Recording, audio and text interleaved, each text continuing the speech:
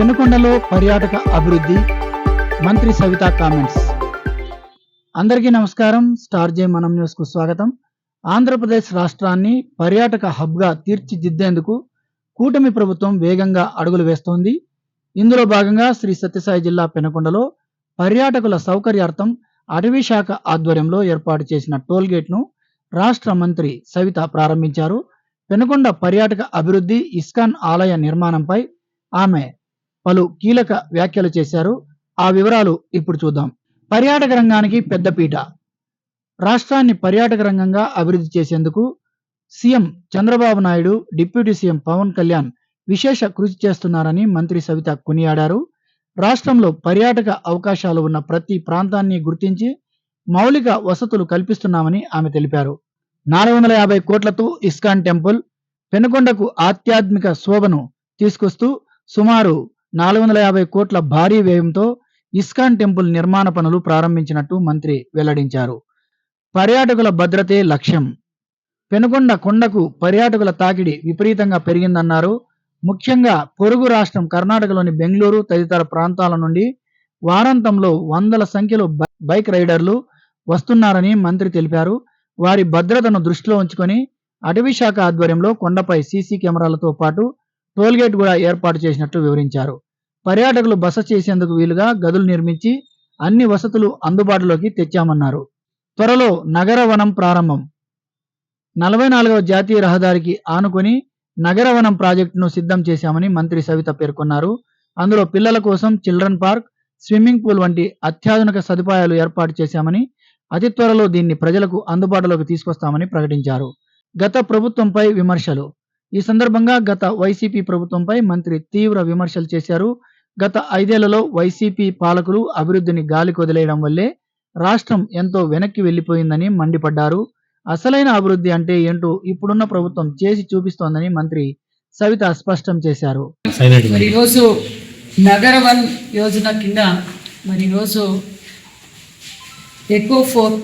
Fourth echo park ఒకటి ఏర్పాటు చేయడం జరిగింది. 2 కోట్ల రూపాయలతో ఈరోజు మన పెనుకొండ కొండను మరి ఎకో పార్క్ కోసం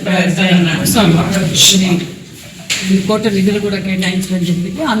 అందులో భాగంగా ఈరోజు ఒక టోల్ గేట్ కూడా ఫారెస్ట్ డిపార్ట్మెంట్ వారు ఏర్పాటు చేశారనే విషయం కూడా తెలియజేస్తూ, మరి శనివారం ఆదివారం మరి బైక్ రేసర్స్ కూడా ఇక్కడికి రావడం, మన ప్రాంతానికి వాళ్ళు టూరిస్టులుగా చాలామంది ఇక్కడికి రావడం కూడా జరిగింది. వారికి వచ్చిన మరి ప్రజలందరి కోసం ఇక్కడ ఒక మంచి పార్క్ కూడా ఏర్పాటు చేస్తున్నాం. ఒక క్యాంటీన్, దాని విధంగా cottages, birds park, children's park, ఈ విధంగా అన్ని వసతులు కూడా ఇక్కడ ఏర్పాటు చేయబడుతుంది. ఇది పూర్తి కావడానికి ఇంకా ఒక 6 నెలల సమయం పడుతుంది.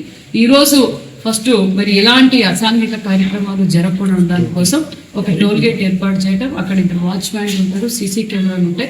మరి దీని ద్వారా మరి భద్రత కూడా, ఎవరు మనకి పైకి వస్తున్నారు, ఎవరికి వెళ్తున్నారు, మరి పోయిన వారి కిందకి వచ్చారా లేదా అనే విషయాన్ని కూడా ఎప్పటికప్పటికి ప్రజలందరికీ సౌకర్యార్థం ఇది కూడా ఏర్పాటు చేయడం ఉంది. దీంతో పాటు మరి హైవేలో కూడా మరి ఇంకొక పార్క్ కూడా నగర వనం కూడా 2 కోట్ల రూపాయలతో అది కూడా పూర్తి కావచ్చు. అక్కడ స్విమ్మింగ్ పూల్, మరి చిల్డ్రన్స్ పార్క్ ఏరియా, మరి అక్కడ కూడా మంచిగా మరి ఓపెన్ జిమ్ అన్నీ కూడా ఏర్పాటు చేయడం కూడా జరిగింది. అది కూడా దగ్గరలో ఓపెన్ చేస్తున్నాం అన్న విషయం కూడా తెలియజేస్తూ, మరి 14-19లో కూడా మనం ఏదైతే అభివృద్ధి ధ్యేయంగా టూరిజాన్ని కూడా డెవలప్ చేస్తున్నాం, టూరిజం గురించి కూడా పూర్తి విజన్ ఉన్న నాయకుడు ముఖ్యమంత్రి చంద్రబాబు నాయుడు గారు అనే విషయం కూడా తెలియజేస్తూ, గతంలో కూడా ఈ రోడ్డు వేసింది కూడా 14 కోట్ల నిధులతో, మరి గతంలో 14-19లో కూడా మనం శాంక్షన్ చేయడం, రోడ్డు వేయడం కూడా జరిగింది.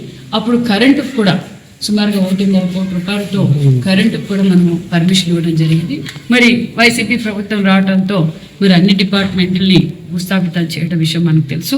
మళ్ళీ ఇస్కాన్ వారితో కూడా మాట్లాడి ముఖ్యమంత్రి గారు, నేను, మరి ఇతర ఐఏఎస్లు అందరూ కూర్చొని మాట్లాడి, టూరిజం డిపార్ట్మెంట్ కూడా మాట్లాడి మరి 450 కోట్ల రూపాయలతో మనం ఇక్కడ ఇస్కాన్ టెంపుల్ కూడా నిర్మాణం చేయబోతుందనే విషయం కూడా తెలియజేస్తూ, మరి కొండ కింద కూడా వారు కోరినట్లుగానే మరి 60 ఎకరాలు ల్యాండ్ కూడా ఇస్కాన్ వారికి అలాట్ చేయడం కూడా జరిగింది.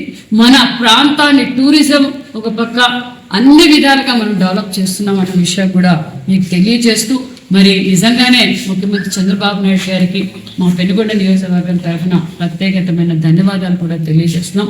ఇది శ్రీ సత్యసాయి జిల్లా పెనుగొండ అభివృద్ధిపై మంత్రి సవిత చేసిన వ్యాఖ్యలకు సంబంధించిన పూర్తి సమాచారం. మరిన్ని తాజా వార్తలు అప్డేట్ కోసం చూస్తూనే ఉండండి మీ స్టార్ జే మనం న్యూస్.